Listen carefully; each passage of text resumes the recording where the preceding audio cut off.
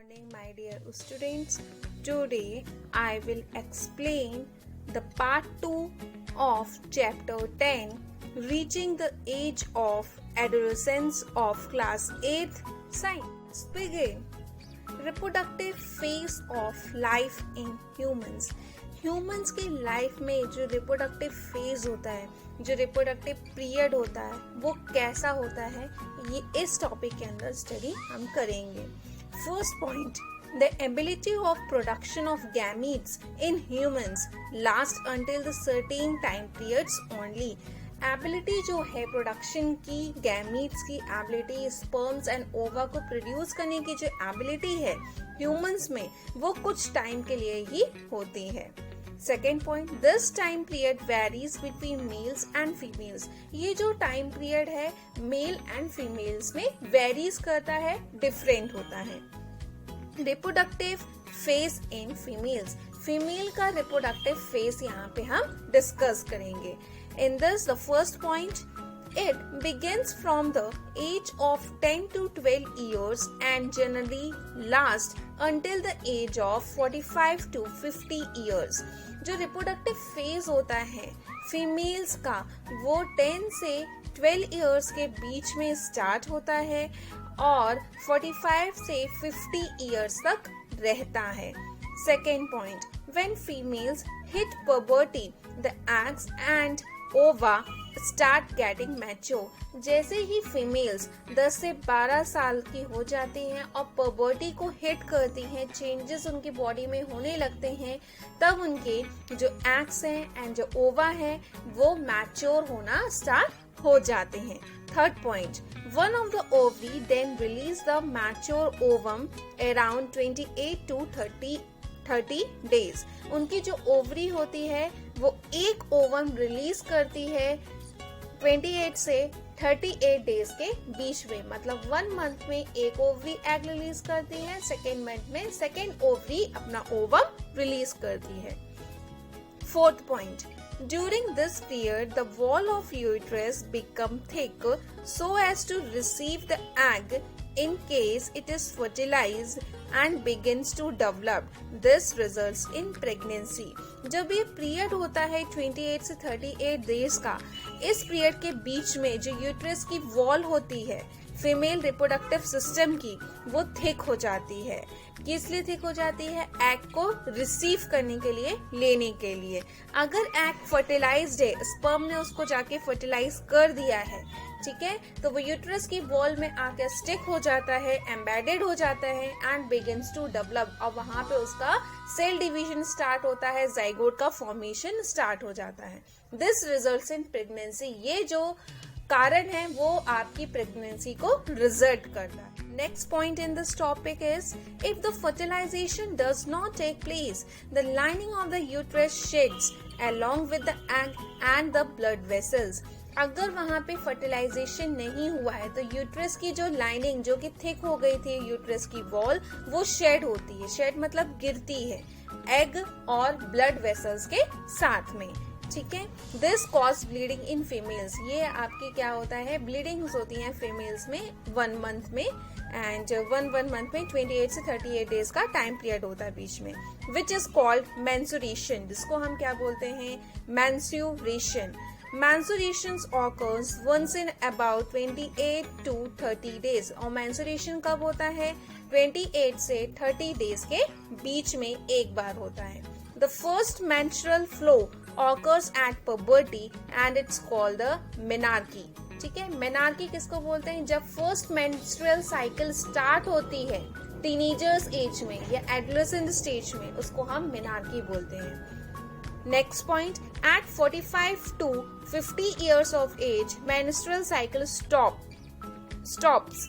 Stoppage of menstruation is called menopause. जब आप 45 से 50 years के बीच में फीमेल पहुंच जाती हैं या हो जाती हैं, तो उसमें जो मेंस्ट्रुएशन साइकिल है वो स्टॉप हो जाता है, और जो स्टॉपेज होता है मेंस्ट्रुएशन का, उसको हम मेनोपॉज बोलते हैं. Next point, the whole menstrual cycles occurs because of female hormone, that is estrogen. अब आपको पता है जितने भी सेकेंडरी सेक्सुअल कैरेक्टरिस्टिक्स फीमेल्स में जो होते हैं वो किसके कारण होते हैं, फीमेल हार्मोन्स के कारण होता है। और जो मेंस्ट्रुअल साइकिल हो रही है, जो पीरियड वाली साइकिल है, वो भी किसके कारण हो रही है, female hormone. And female hormone कौन सी है, estrogen. Next topic, determining the sex of the baby.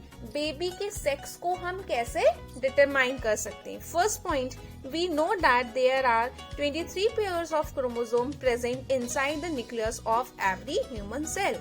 ठीक है, in chapter 8 you will study the structure of nucleus. Inside the nucleus you will see the thread like structure which is called as chromosome. आपने class 8 में पढ़ा था nucleus, nucleus के अंदर structure में आपने पढ़ा था।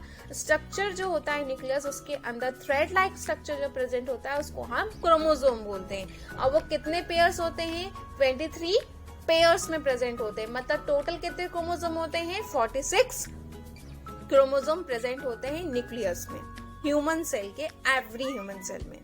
Second point, these chromosomes have a thread-like structure and they always occur in pairs. ये जो क्रोमोसोम होते हैं इनका जो शेप होता है वो thread-like होते हैं और हमेशा ये pairs में होते हैं, जोड़ी में होते हैं। Last point, the chromosome help in determining the sex of the child. अगर आपको बेबी बॉर्न होने से पहले पता लगाना है कि वो जो बेबी है वो फीमेल है या मेल है, या गर्ल है या बॉय है, तो आप उसके क्रोमोसोम की स्टडी करके आप डिटरमाइन कर सकते हो कि वो चाइल्ड का सेक्स क्या। Next point, out of the 23 pairs of chromosome, 2 of them are sex chromosome called X and Y। 23 pairs में जो 22 पेयर्स होते हैं वो नॉर्मल होता है और एक पेयर जो क्रोमोसोम होता है उसमें X and Y क्रोमोसोम होता है जिसको हम सेक्स क्रोमोसोम बोलते हैं। Next point, a female has 2 X chromosome and the male has 1 X and 1 Y chromosome। हमेशा रिमेम्बर रहेंगे, फीमेल में हमेशा जो सेक्स क्रोमोसोम होता है वो XX होता है, XX क्रोमोसोम प्रेजेंट होता है, एंड मेल में XY क्रोमोसोम प्रेजेंट होता है। Next point, the gametes, egg and sperms contain only one set of chromosome that is either an X or an Y। जो फीमेल का जो मेल का जो गैमीट स्पर्म जो प्रोड्यूस होता है उसमें हमेशा एक क्रोमोसोम होता है, या फिर वो X क्रोमोसोम होगा उसमें या फिर वो Y क्रोमोसोम कंटेन करेगा। Next point, the unfertilised egg of the female always has a 1 X chromosome. Unfertilised जो एग है जो फीमेल ने ओवम प्रोड्यूस किया है, जब उसके बाद वो फर्टिलाइजेशन अभी उसमें नहीं हुआ है तो उसमें X क्रोमोसोम प्रेजेंट होता है। How with the sperms are of 2 kinds. अब आपको पता है स्पर्म्स 2 काइंड के होंगे, एक स्पर्म्स होगा जिसमें X क्रोमोसोम है, दूसरा स्पर्म्स होंगे जिसमें Y क्रोमोसोम प्रेजेंट है। One sperm can contain only X chromosome and the other sperm can contain only a Y chromosome. Next point, when a sperm containing Y chromosome fertilizes with the egg with the which contains the X chromosome, the zygote have XY chromosome and developed into a male child। अगर आपका sperm जिसके पास Y chromosome है वो fertilise हो गया है egg से और एग के पास हमेशा X क्रोमोसोम होता है, तो जो जाइगोट जो डेवलप्ड होगा उसमें जो क्रोमोसोम होगा वो XY क्रोमोसोम होगा, तो आपका जाइगोट कौन सा चाइल्ड बनाएगा, मेल चाइल्ड बनाएगा। On the other hand, if the sperms contain an X chromosome, अगर अदर हैंड में देखें, अगर स्पर्म के पास X क्रोमोसोम है और वो फर्टिलाइज कर रहा है एग के साथ जिसके पास X क्रोमोसोम है, तो जाइगोट जो होगा उसमें XX क्रोमोसोम होंगे, तो वो आपका फीमेल चाइल्ड में डेवलप्ड होगा। Point in this topic, the sex of the child depend upon the chromosome of the father and not the mother। तो आपको अब समझ में आ गया कि फीमेल जो है, मदर जो है, उसमें आपका हमेशा XX क्रोमोसोम होता है और फादर में XY क्रोमोसोम होता है। तो जो सेक्स है चाइल्ड का वो किस पर डिपेंड कर रहा है, आपके फादर के क्रोमोसोम्स के ऊपर, क्योंकि आपके फादर 2 टाइप के गैमीट रिलीज करते हैं। एक गैमीट के पास X क्रोमोसोम है, दूसरे गैमीट के पास Y क्रोमोसोम है। तो कौन सा स्पर्म फ्यूज होगा वो डिपेंड करता है फादर के ऊपर। तो सेक्स जो है वो फादर पर डिपेंड करता है, मदर पर डिपेंड नहीं करता है. Here you can see the structure or the diagram that showing the determination of sex in humans. Here you can see the structure of diagram of determination of sex in human. The mother have XX chromosome and father has XY chromosome. They can release of egg having a X chromosome or a X chromosome, and father can release a two types of sperms which have an X chromosome and next one has Y chromosome. Okay, if the mother egg having an X chromosome fertilizes with the sperm having a Y chromosome, the male baby is formed, male baby is produced. Okay, if the father having a sperm having a X chromosome fertilizes with the mother having egg having a X chromosome, they will release a zygote XX which can develop into a female child. Okay, other topics, hormones other than sex hormones. Sex hormones के अलावा और कौन कौन से hormones present होते हैं. First है thyroid gland. Thyroid gland can secrete thyroxine hormone. कौन सी हार्मोन सिक्रीट करता है? थायरोक्सिन हार्मोन को. लोकेशन एंड फंक्शन क्या है? It is found at the front of the neck between the wind pipe. जो नेक है और विंड पाइप के बीच में एक ग्लैंड प्रेजेंट होता है जिसका नाम होता है thyroid gland. It secretes a hormone called thyroxine. और ये जो हार्मोन है वो क्या सिक्रीट करता है? थायरोक्सिन हार्मोन सिक्रीट करता है. Of thyroxine results in goitre. और जब आपका थायरोक्सिन का सिक्रीशन कम हो जाता है या बहुत ज्यादा कम है आपके ब्लड में, तो वो क्या रिलीज करता है? कौन सी डिसीज हो जाती है? गोइट्री डिसीज फॉर्म होती है. Second gland is pancreas. They will secrete insulin hormone. कौन सी हार्मोन सिक्रीट करता है? Insulin hormone. अब पेंक्रियाज होता कहाँ है? It is located behind the stomach. Stomach के पीछे आपका पेंक्रियाज प्रेजेंट होता है. It produces digestive enzymes and insulin. ये क्या प्रोड्यूस करता है?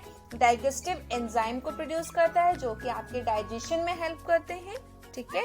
और सेकेंड इंसुलिन हार्मोन प्रोड्यूस करता है. The insulin maintains glucose level in the blood. जो ब्लड में जो ग्लूकोज लेवल है उसको मेंटेन करने का काम किसका है? इंसुलिन का है. The insulin activates when the blood glucose level are high. जब आपके ब्लड में ग्लूकोज लेवल ज्यादा हो जाता है तो आपका इंसुलिन हार्मोन एक्टिवेट होता है.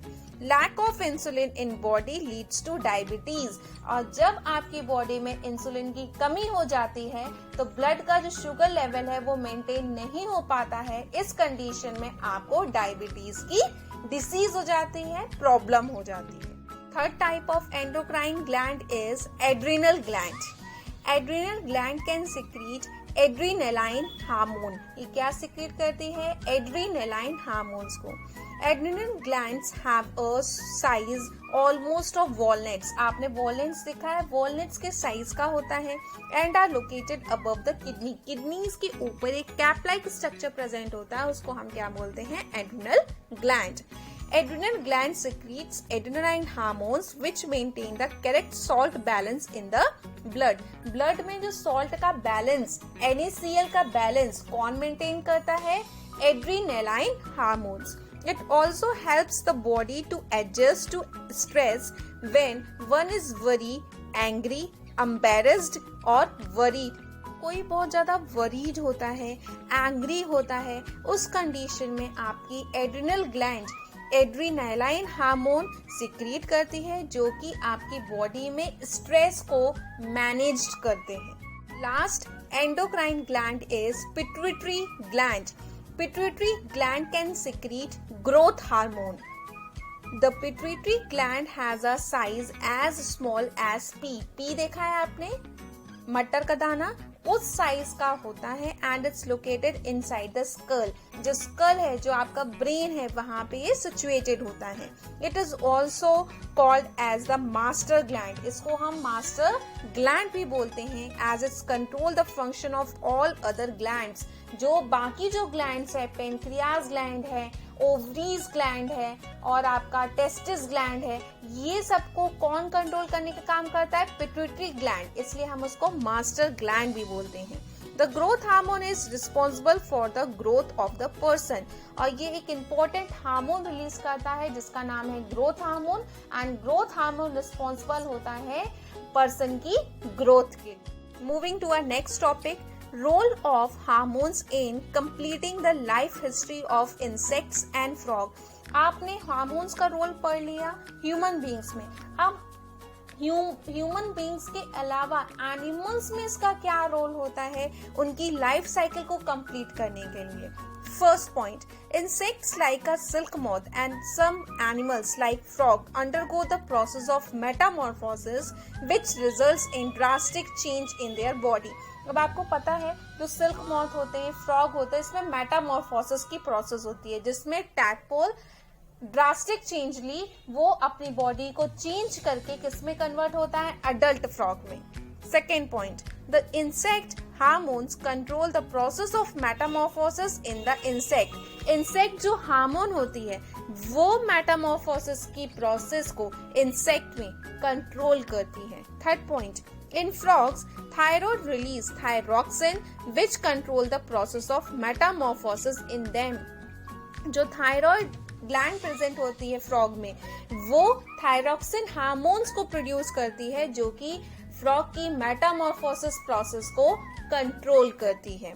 Last point, thyroxine productions require the presence of iodine in water. अब आपको पता है, अपन बोलते हैं आयोडोनाइज्ड सॉल्ट खाना चाहिए क्योंकि जिससे क्या होता है? थायरोक्सिन का प्रोडक्शन होता है। वैसे ही अगर थायरोक्सिन का प्रोडक्शन करवाना है फ्रॉग में तो प्रेजेंस होना चाहिए आयोडीन का वाटर में, क्योंकि रिप्रोडक्शन फ्रॉग किसमें कर रहा है? एक्सटर्नल रिप्रोडक्शन हो रहा है, एक्सटर्नल फर्टिलाइजेशन हो रहा है और एक्सटर्नल डेवलपमेंट हो रहा है जाइगोट का। तो नॉर्मली जो वाटर है, ठीक है, जो वाटर मीडियम है उसमें आयोडीन प्रेजेंट होना चाहिए। If the water in which tadpoles are growing does not contain sufficient iodine, the tadpoles cannot becomes adult। If वो वाटर जिसमें टैडपोल जो ग्रो हो रहे हैं, अडल्ट फ्रॉग में ट्रांसफर हो रहे हैं, अगर वो वाटर में आयोडीन प्रेजेंट नहीं है तो जो टैडपोल हैं वो अडल्ट फ्रॉग में कन्वर्ट नहीं हो पाएंगे।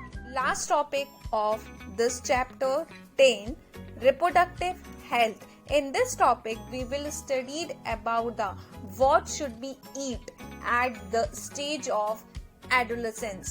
आप जब एडोलेसेंस स्टेज में आपको कैसा फूड लेना चाहिए ये इस टॉपिक के अंदर हम पढ़ेंगे। The first point, nutritional health of adolescence की न्यूट्रिशनल हेल्थ कैसी होना चाहिए। First point, the adolescent age require a balanced diet which is rich in nutrients such as proteins and carbohydrate along with vitamins and essential minerals। जब कोई भी child है, person है, adolescent stage में है तो उसको बैलेंस डाइट देना चाहिए। ठीक है, क्यों बैलेंस चाहिए? क्योंकि इस स्टेज में उसकी ग्रोथ हो रही है, उसके बॉडी में बहुत सारे चेंजेस हो रहे हैं, इसलिए हमें उसको बैलेंस डाइट प्रोवाइड करना चाहिए जिसमें आपका carbohydrate, protein, fats, vitamins and essential minerals proper ratio में प्रेजेंट हो। Second point, this is needed because the body of adolescents are changing and developing at a rapid rate at this time। ये क्यों जरूरी है कि उनको balance diet provide करें? क्योंकि इनकी बॉडी जो होती है, एडोलेसेंस की बॉडी होती है, दिस टाइम में उसमें चेंजेस हो रहे हैं, डेवलपमेंट होता है बहुत तेजी से। Third point, healthy and nutrition rich diet are essential for their right growth. और उनकी सही तरीके से ग्रोथ के लिए healthy and nutrition rich diet जरूरी है, एसेंशियल है। Fourth point, also they should avoid food such as chips, soft drink, soda as they do not have adequate nutritional value। इस स्टेज में उनको क्या क्या अवॉइड करना चाहिए? चिप्स अवॉइड करना चाहिए, सॉफ्ट ड्रिंक्स अवॉइड करना चाहिए, सोडा ड्रिंक्स अवॉइड करना चाहिए, क्योंकि इसमें कोई भी न्यूट्रिशनल वैल्यू प्रेजेंट नहीं होती, अगर होती है तो बहुत लो अमाउंट में प्रेजेंट होती। यहाँ पे कुछ हम फूड आइटम्स देखेंगे, उसमें कौन कौन से न्यूट्रिएंट्स होते हैं, उसके क्या फंक्शन होता है। First food item pulses and nuts. Pulses and nuts में प्रोटीन्स होते हैं जो कि आपके ग्रोथ एंड रिपेयर करते हैं बॉडी सेल्स को। जो बॉडी सेल्स डैमेज हो जाते हैं उसमें रिपेयर करते हैं एंड बॉडी सेल्स की ग्रोथ करते हैं। ऑरेंजेस एंड आंवला। ऑरेंजेस एंड आंवला में विटामिन सी होता है।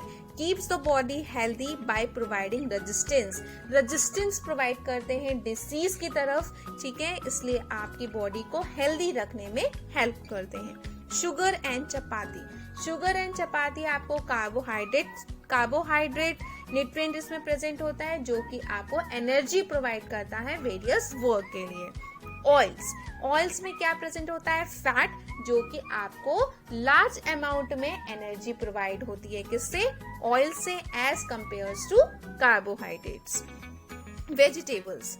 वेजिटेबल्स में major nutrients, vitamins and minerals present होते हैं जो कि आपकी बॉडी को हेल्दी एंड डिसीज फ्री रखते हैं। Next point is personal hygiene. Personal hygiene also play a role in maintaining the mental and physical well-being of adolescents. Personal hygiene अगर आप रखते हो, अपनी बॉडी को अच्छे से क्लीन रखते हो, तो आपकी जो मेंटल एंड फिजिकल वेलबींग जो होती है वो गुड होगी। Here are the few ways by which they can maintain their personal hygiene. आप पर्सनल हाइजीन कैसे मेंटेन कर सकते हो, यहाँ पे कुछ आपको मेथड्स दिए हैं, वेज दिए हैं। First point, having bath daily, as the sweat glands and the oil glands secrete high amounts of sweat and oil in the skin, which can lead to a bad odor. आपको daily नहाना चाहिए क्योंकि adolescent stage में आपकी sweat gland and oil gland जो sebaceous gland है उसकी activity increase हो जाती है। इंक्रीज होने के कारण वो हाई अमाउंट में स्वेट एंड ऑयल प्रोड्यूस करते हैं स्किन में, जो कि आपकी बैड ऑर्डर को लीड करता है। Second, maintaining cleanliness of the body, as there can be a chances of getting a bacterial infection otherwise.